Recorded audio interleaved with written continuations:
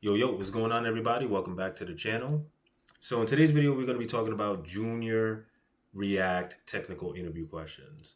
Now, this is where it gets a little dicey when it comes to solving problems on the fly and figuring out all the React fundamentals that's going to help you solve these particular problems. And some of these problems are actually pretty easy in hindsight, but you have to dissect the problem in smaller steps and then apply what you already know in React and JavaScript to build out the functionality that you need, and then also figure out best ways to refactor it later and all that stuff. In this example, we're going to be going through 4 questions. And if you missed the entry level video for this, there's going to be a annotation on the video where it could take you back to that. And this is actually going to be part of a playlist. So if you have any questions on what were some of the React technical questions that I covered in the last video, please click the link and then come back here to go through these next 4 questions. We're going to cover, hooks, forms.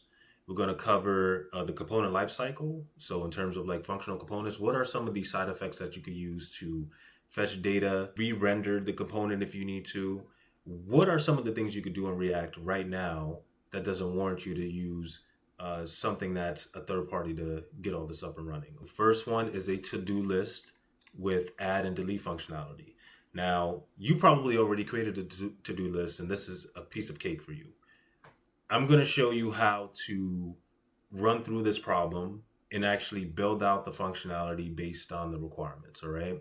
So all we need to do in this case is create a to-do list that has an input field, and that input field will allow you to add an item into the to-do list array. And from there, we would show on the page what is in our list already. And then there's going to be a delete button that's going to allow you to delete that to-do from your list. And it doesn't matter where you are in that list. If you click on the delete button, then you should be able to remove that from your list based on your unique identifier, all right?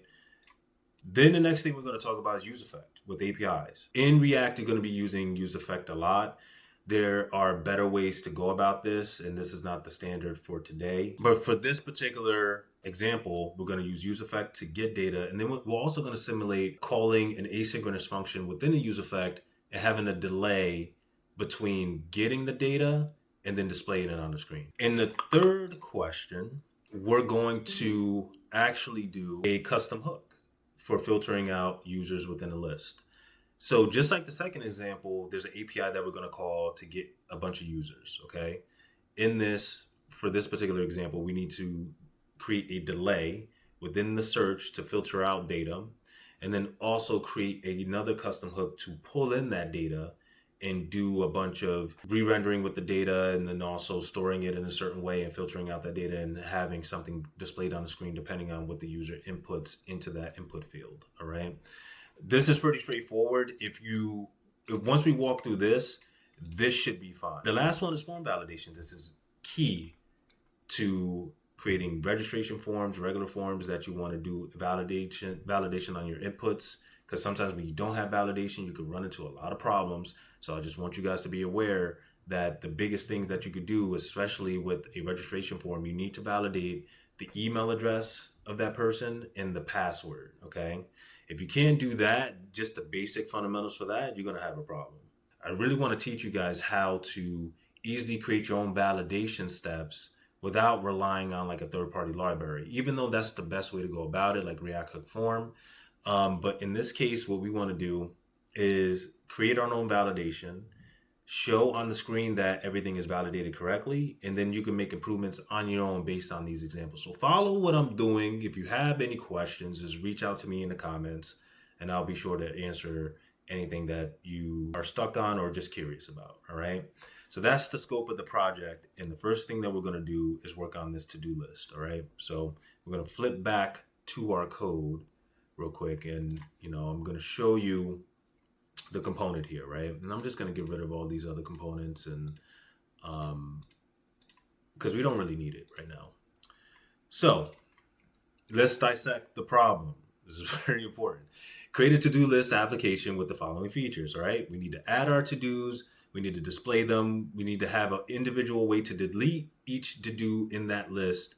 And each to-do has to have a unique key, all right? So if you were to go back to my previous video, React keys are very important when it comes to this, all right? If you don't know the fundamentals of React keys, go back to my previous video in this playlist. And then also handle input validation, right? Empty input. It shouldn't add it to the list, all right? That's bad practice. So there's a couple things that we're gonna do, and I'm just gonna add things as we go along.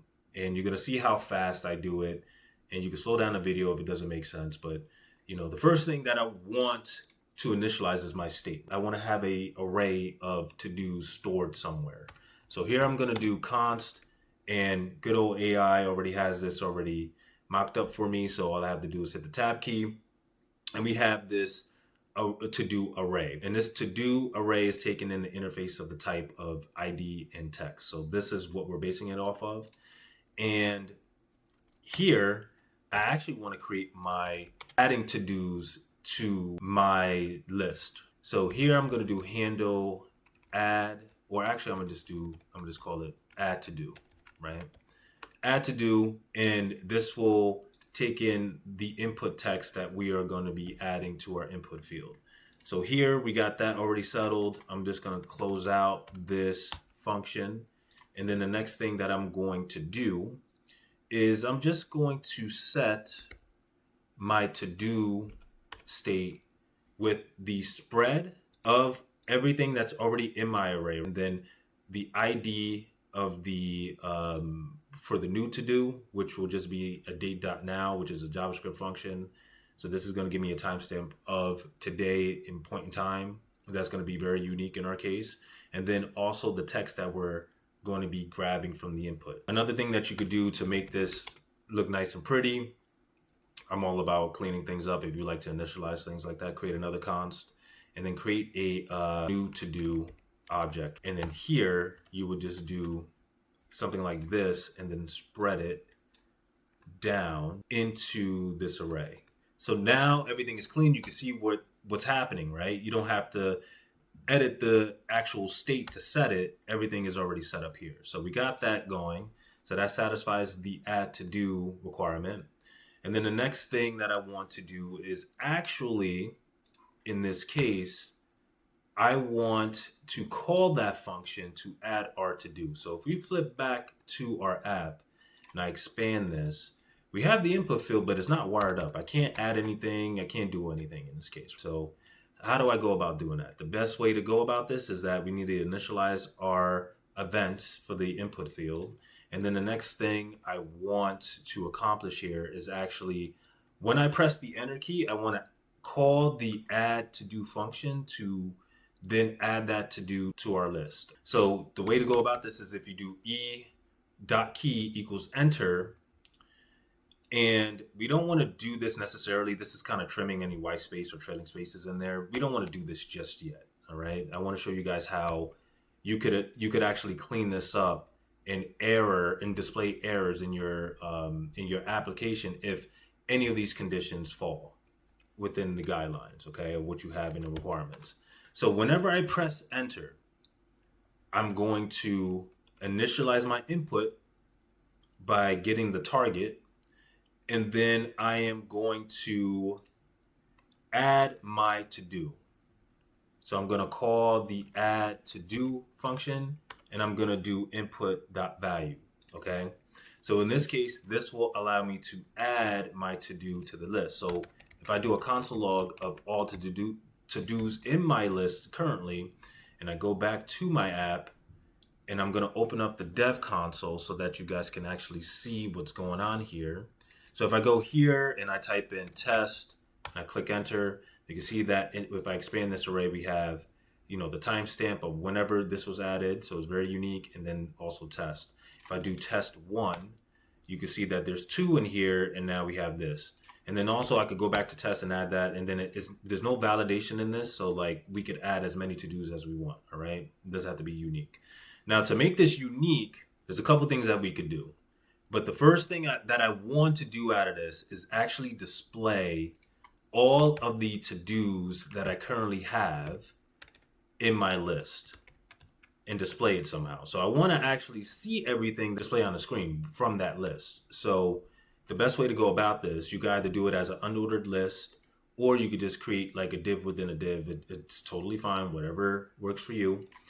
And this will map over all of our to-dos and display the text. Now, say for example, if I wanted to display some boilerplate text saying like there's no to-dos in the list yet, this is what I would do. So I would do to-dos dot length equals 0.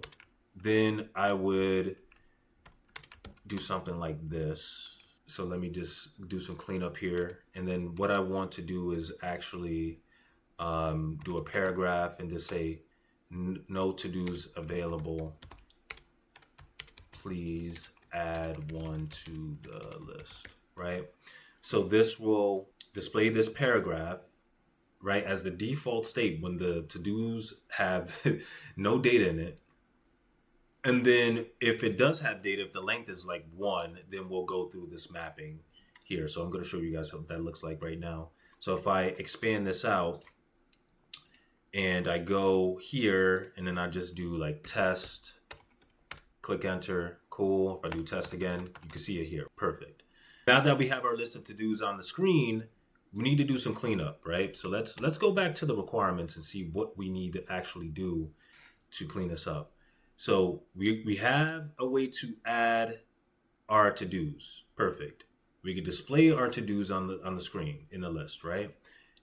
We need the ability to delete to-dos, and each to-do should have a unique key. So we already have that with that timestamp, so we should be okay, all right? So we do satisfy that, but we need to create the functionality to delete these to-dos from the list. So how do you go about doing that? Very simple. You would do delete to-do.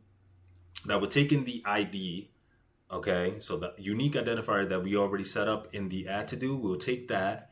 And then all we're going to do is filter out the results. If the ID doesn't match, filter it. Plain and simple, all right? So now that we have this function, we need to create a button within this to then delete the to-do from our current list, all right? And this button, you just style it with the margin left because I didn't want anything to be squished with the text. So that's why that's there. On the on-click event, when you click on this button, it should dispatch an action to just filter out our results, all right? So now that that's set up, and I got my reformatting here, so I'm using Prettier to reformat the file whenever I save it. I go back here, you can see I still have things in the list, and depending on what I click on, you can't really tell like what I deleted. But if I was to go back here and do like test, then test 1, and then like test 2, right? If I was to click on test 1, I should delete test 1, and test 2 should be there. And it works, right? The only problem here is when I click on enter multiple times, even though the IDs are unique, we are allowing anybody to add in the same text every single time. That's not good, all right? So the way to clean this up, if you want brownie points, you need to add some validation. So the way I would go about doing this is I would create a error string, and I'm going to add some validation steps to this, okay? So here, if the text.trim, so we're looking at whether there are any leading spaces or commas in the string, we need to trim that. And in this error, we need to set our error here to do cannot be empty, all right? So that allows the user to make adjustments on the fly. Also, we want to look at uniqueness, right? So like that example with having multiple tests in our list, let's make it unique. So the way you would go about doing that, I would do a const, and then I would do like find to do, right? And in here, I'm going to map over, well, I'm going to use my to-dos array, and I'm going to find within that the same text. If the same text actually exists and it returns an object, then we need to do an if statement here that says, if this is true, if you have data, let's set the error to do already exist, okay? If all of this is fine, and I like to do everything in order, so I'll probably do this first.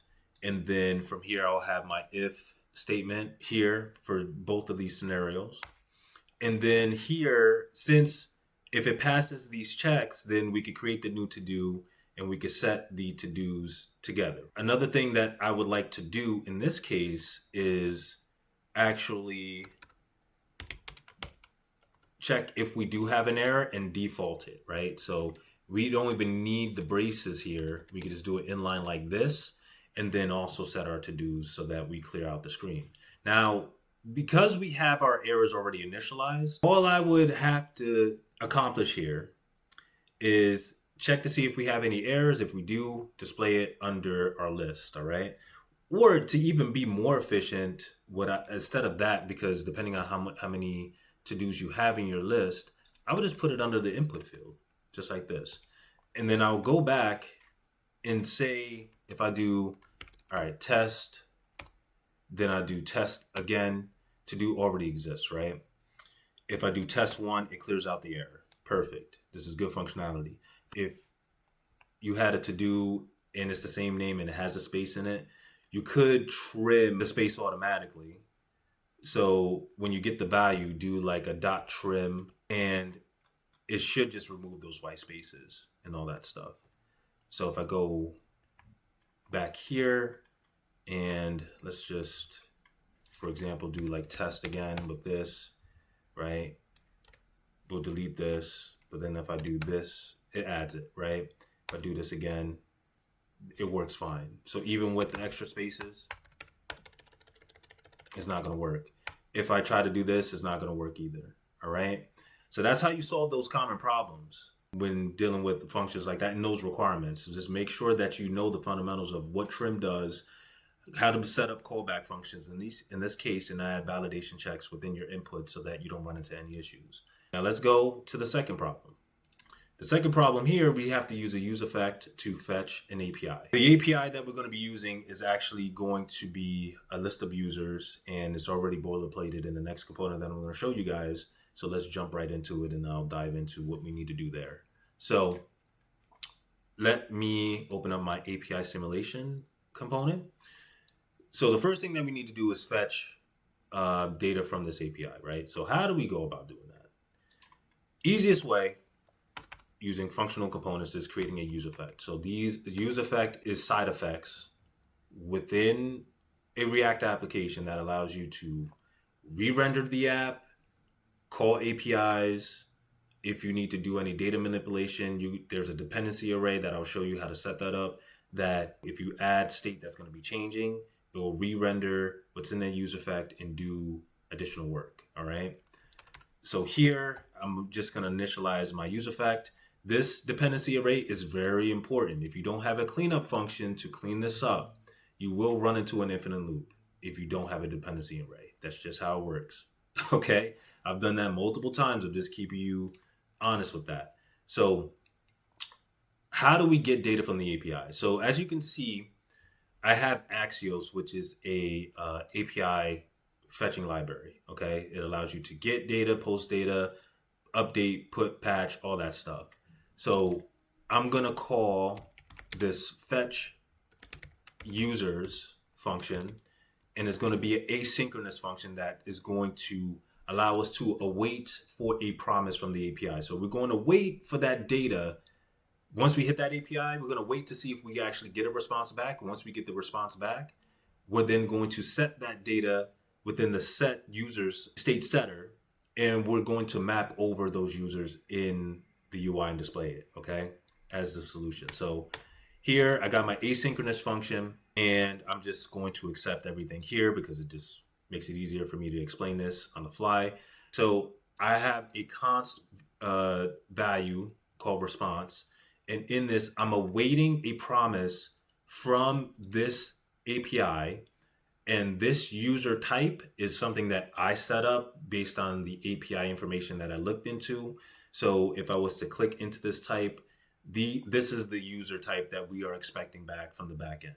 So the ID, name, username, email address, which is a nested type of street, suite, city, zip code, geo. You get the idea, right? And geo is a nested type of this. So these are all nested types together to build out this user object. So here we get that data, right? One thing I want to do is, and you should always do this, is if it's successful, check for the response. If there's a status that comes back and it's 200, meaning that everything is okay, you got the promise, you got the data, we want to set our user's state setter to the data, right? So that takes care of that.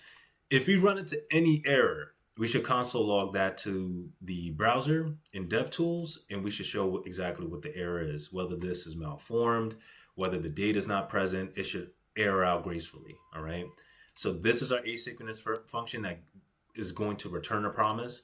Here, in this case, what we want to do, because we have this function already set up, I want to create a delay, right? But I'll tie into that later.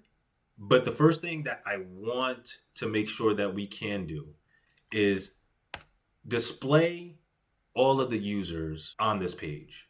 So we could do the same thing like we did with the to-dos, right? So we could do user down length, we could do loading here, and then we could just create an unordered list of the users. And like I said, the IDs in this are not unique. It's not like what we did to create a unique situation. So I'm going to create some backticks here using ES6 syntax. And in this, I'm going to do the user.name with the user ID. This makes it totally unique. So now we have an unordered list of all of the users that should show up in that list, right? Now that we have that, we're halfway there. We need to call this asynchronous function to then get the data.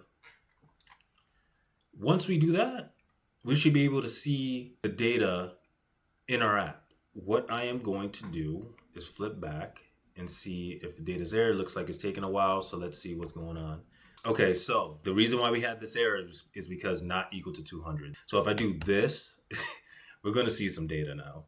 Since it's equal to 200, we should have the user should be populated with like 10 users, and we should see the data now in our app. So if I was to re-expand this, you can see, all right, now we get some data, right? Perfect. But the problem is that as soon as we call that API, and let me look at the network tab, close this out, and we'll start again. It makes that call immediately and we get the data. Super fast because there's not that much data, but let's do a better job at that, all right? So we look at the problem. What is the problem? We need to set a timeout or a delay when fetching that data so that we can actually see the loading state being present. So how do you go about doing that? Instead of calling this directly, I would do a timeout. So I would do const timeout ID, and then set the timeout to this, and then also a delay 300 milliseconds, just to try that out. And then we need to clear out that timeout so that on each render we have a different time set. So if I was to go back to our app and simulate this again, close this out, then expand this, we get that. You see that loading state pop up a little bit? All right, so we're good on that. Now let's up it to, instead of 200, well, 300 milliseconds. Let's just do that 2000. Let's see what happens. Like, how long would it take for us to see the data come back? So here it's loading, right? And it displays. If I do it again, it's loading, displays. So we created a useEffect with the asynchronous function that's going to return a promise from this API. And we're checking to see if the status is equal to 200, meaning that it's okay, that everything worked out fine. We set the user's state to the data of this API response. From there, we need to set some type of delay. Okay, so the only way to simulate that is using a set timeout. So whenever you would use a set timeout is when you want to poll for updates automatically. Say every 5 minutes you want to poll for updates, you would set this and set it for 5 minutes. And every 5 minutes, it will call this function and pull data back or check for any changes, all right? And then to make sure that you're not running into any memory leaks, because if you don't clear this up, you might run into an infinite loop where it just keeps running and running.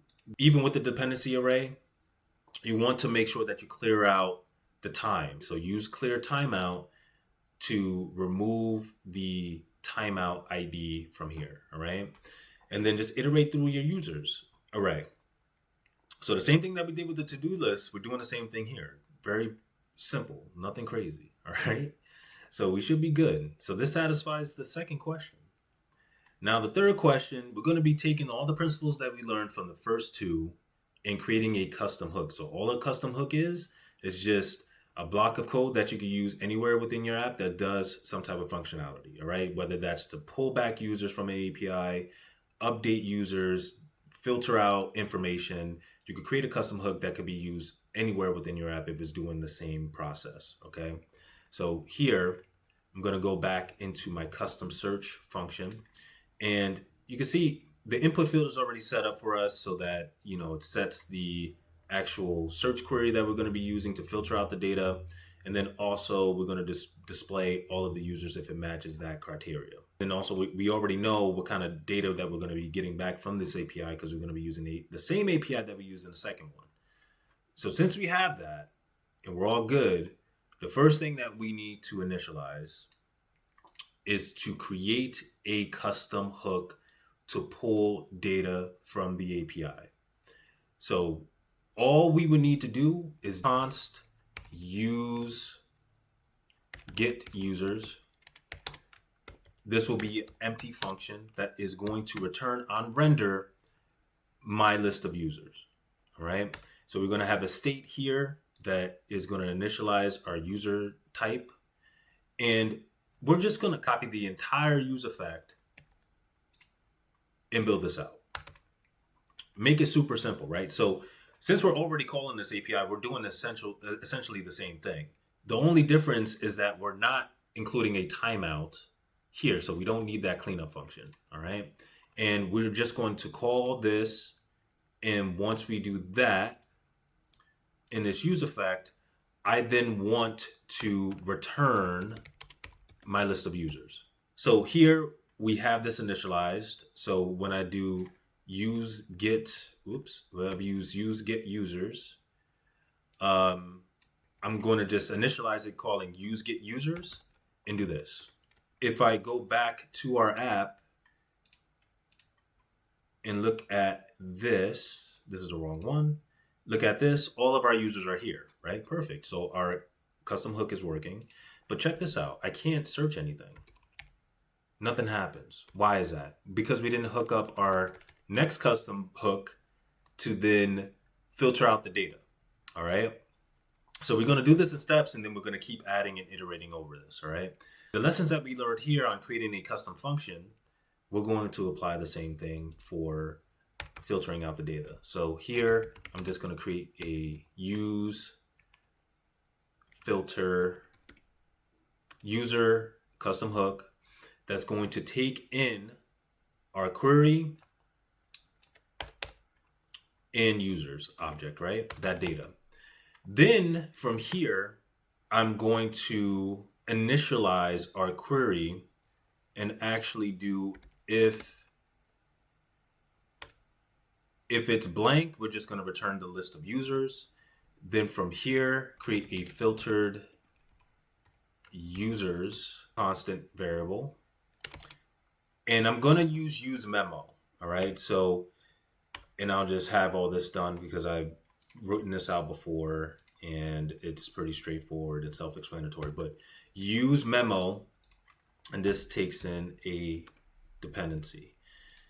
All this is doing is that if the data changes again, if anything else happens, say for example, if this never changes, we wouldn't initialize this. But because we're looking at the query changes, this is going to allow us to run this every single time and filter out the information. So in this case, we want to filter out our users object, and every single user object in here, name, username, and email, we want to filter on that. So if it matches any of those cases, we should filter out the data based on this, and it should return either 1 item from the array or multiple. So this does what we want it to do. And all we would need to do in this case is return the filtered users. So now I'm going to do filtered users and I'm going to return this. So we're passing in our users data array and also our search query. So that query will get initialized here and then we'll do the filtering, right?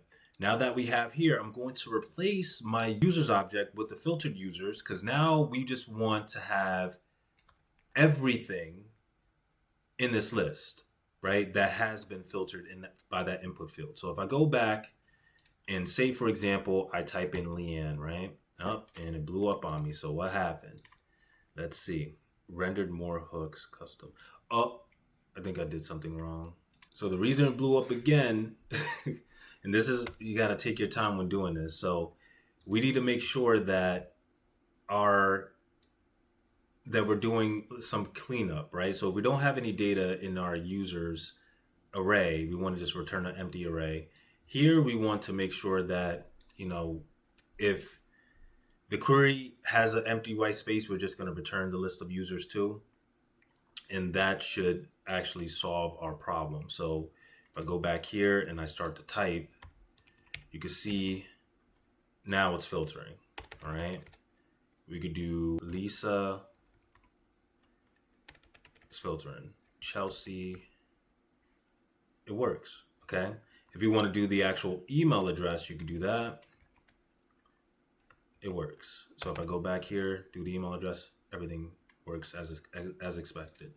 So let's recap what we did. We created a custom hook to get all of our users. This will just return a list of users based on this API promise.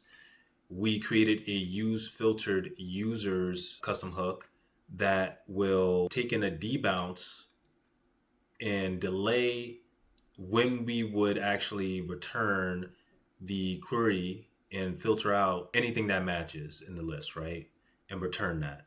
So based on this should help you understand if you're dealing with a list on the fly, you're trying to call the API directly, doing it directly to where you don't have a debounce is going to cause a lot of issues, all right?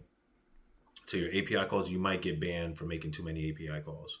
So in this case, this shows you there are different ways to slow down that process and make sure that once the user stops typing, then we could proceed with making those additional calls. Last thing that we're going to do is form validation. All right. So this is where we're going to validate the email, password, confirm password, make sure these two matches. And if everything is valid, then we're going to enable our registration button. All right.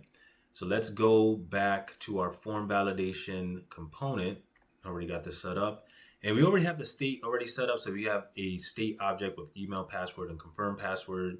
We also have the errors for email, password, and confirm. We already have a validate email, and we have a validate form function that we're going to need to fill out and figure, our validation steps. So let's look at the problem. We already have these fields here. We need a basic email validation that checks to see whether the email is valid. We already have that here. We just have to initialize it. We need to make sure that the password is at least 8 characters long. So there's no complexity with the password. This needs to be 8 characters. It needs to match. If the confirmed password doesn't match the current password, there's nothing we can do there. We have to show some type of error. We can't continue. We need to show validation errors under each input field and then also disable the submit button if the form is invalid. All right. So the first thing that we need to do is here, if we want to check if the form is valid, we can see that we're checking to see if the values here are present, right? If it's empty, that means the form is invalid. To make this simple, we are going to do form data. And actually, instead of having it done this way, I'm going to show you a better way to do this. You could just destructure this like so. Remove form data. And now all you have to do is this, right? Return this. So the next thing I want to do is actually look at whether the email address is valid. Remember that valid email function right here? All we're going to do is initialize that, do valid email with the email address. And then for our password, we want to check if the length is greater than or equal to 8. And then also if the password and the confirmed password matches. And if that's the case, we should be good to go for this function. So this will tell us whether the form is valid. And this gets called here for the button. So if it's not valid, then the button is going to be disabled, all right? The next thing that we want to do, we want to capture our input before we do the validate steps. So right now you can see that on submit, we don't have everything, the handle submit for everything. And then also we don't have our on change function to see if things are valid or not, right? Or just getting the input field entirely. So on change, we want to store the value within our state object. And then on blur, once we go to the next field and we tab over to the next field, we need to validate whether that form field is actually valid. And if it's not, show an error under the input field. So let's do this in steps, right? So here we do handle form input. And here I want to do, I want to capture the change event. I want to destructure my name and value from the target and then set the form data to whatever the name is of that input field. And this makes it super dynamic to where you don't have to write everything out. And especially if you have a multiple input fields, it's just going to take in whatever those values are, right? So you can see it's very simple camo casing here. So we should be able to match whatever is in the state. And if it doesn't, you need to make adjustments. So now that we have this, we need to tie this up with our input field so that we can actually capture whether the data is being input correctly or not, right? So how would you go about doing that? All you have to do for each change event, make sure that you do this. Just paste in that function, all right? So if I go back to my app and say, for example, while I'm doing this, I'm just going to do a console log on the side. And I'm actually going to look at the form data to see exactly what we're returning. I'm going to type in the email, password, and confirm password. I'm going to open up developer tools and I'm going to expand this. And you can see that we have data here. If I was to remove this, it cleans it up, right? If I type in, it adds more data to the input. We're capturing that. Perfect. We got that wired up correctly. Now, the next thing that we need to do is validate the form, and that validate form is going to be on our on blur event. So how are we going to validate the form? We're going to check to see, based on the data that we already have, what errors we're going to display if it doesn't follow the requirements. So for email, if there isn't an email address, we're going to set the error as like email is required. If it's not valid, we're going to do invalid email format. If for password, if we don't have a password, we're going to say password is required. If the password length is less than 8, we're going to say the password must be at least 8 characters long.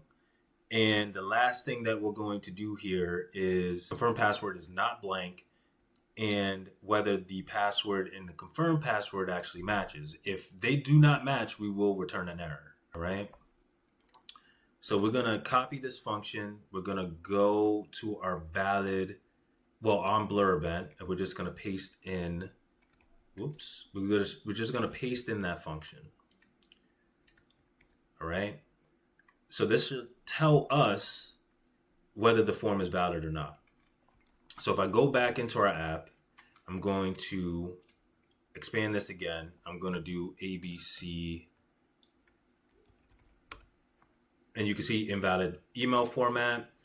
Also for the password, we can do John Doe and just do John. The passwords don't match. So our validation steps are working. This is good. So instead of doing something like this, what I would like to do is actually create a new object called new errors. And this will just be all of our new errors here, right? Then for each individual error, I want to actually change this to this plain text and do the same thing for every single one. So initialize my new errors object. In each of these, I'm just changing the error state for this. So whatever is going to be displayed based off of the conditions that we already set here, we're going to set the new errors, and then also we're going to iterate off of every single error in our list and display it. All right.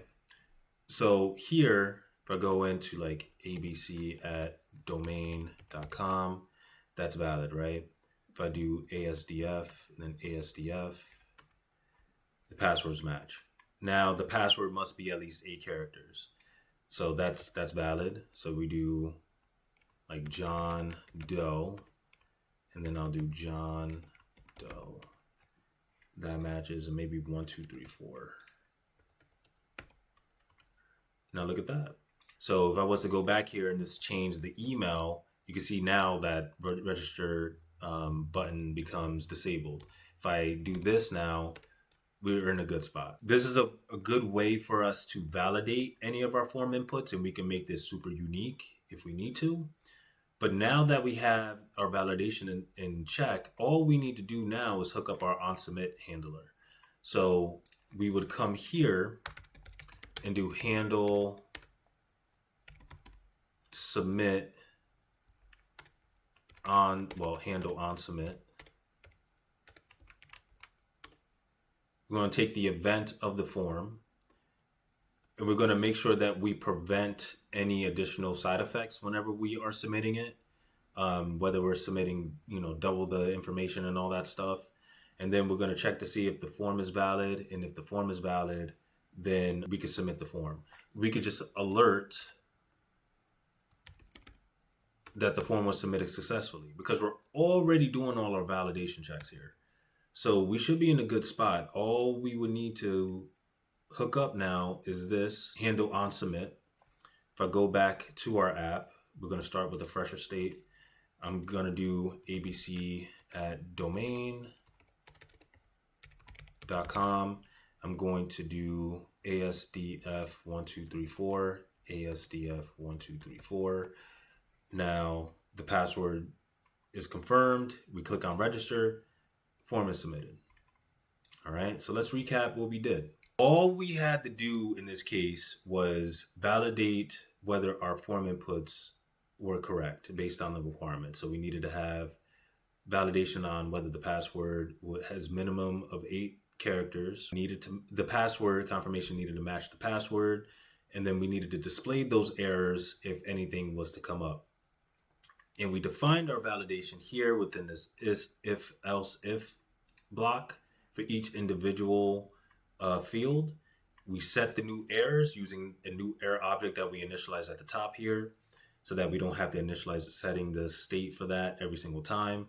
And then we're checking to see if everything is valid. If it's not, then we would say, hey, this is not valid. If it is valid, if everything is empty, then we would enable that button. Handle form submit. Here, we're just taking the name of the input field and making it super dynamic to where we could destructure that and set up our state. Handle submit, we are preventing any side effects from like hitting the button too many times. And then we're also alerting that the form was submitted successfully because the button is enabled and we did all our validation checks. So we should be good. The form valid, the is form valid function just tells us whether the form is valid or not based on whether there's an email, password, or confirm password string in each of these, whether the email is actually valid based on the regular expression function, and then everything that we already talked about. And then errors, we're displaying that pretty simple here, nothing too crazy. You could actually create an error component to handle all this stuff if you want to, but honestly, for something like this, everything should be already done for you. But there's going to be times where they want you to create a children component of this and, actually dive into passive properties and all that. But if you want to learn how to do all that stuff, look at the first video. But this satisfies all 4 of these questions. And it took a while to do that, but we had to do it the correct ways. And this is how I go about figuring stuff out. Even when I get stuck, I could think about it in a different way and try to, refactor as I go along. Okay, so you guys should be doing the same thing. That's it, guys. That's the video. If you like this video, please like, share, and subscribe. The next thing that we're going to go through is the senior level React questions, which will be super complex. So I'm going to spend a lot of time explaining all that stuff. If you have any questions in terms of like how to prepare for all this stuff while you're even watching this video, please let me know. All right. We'll talk soon.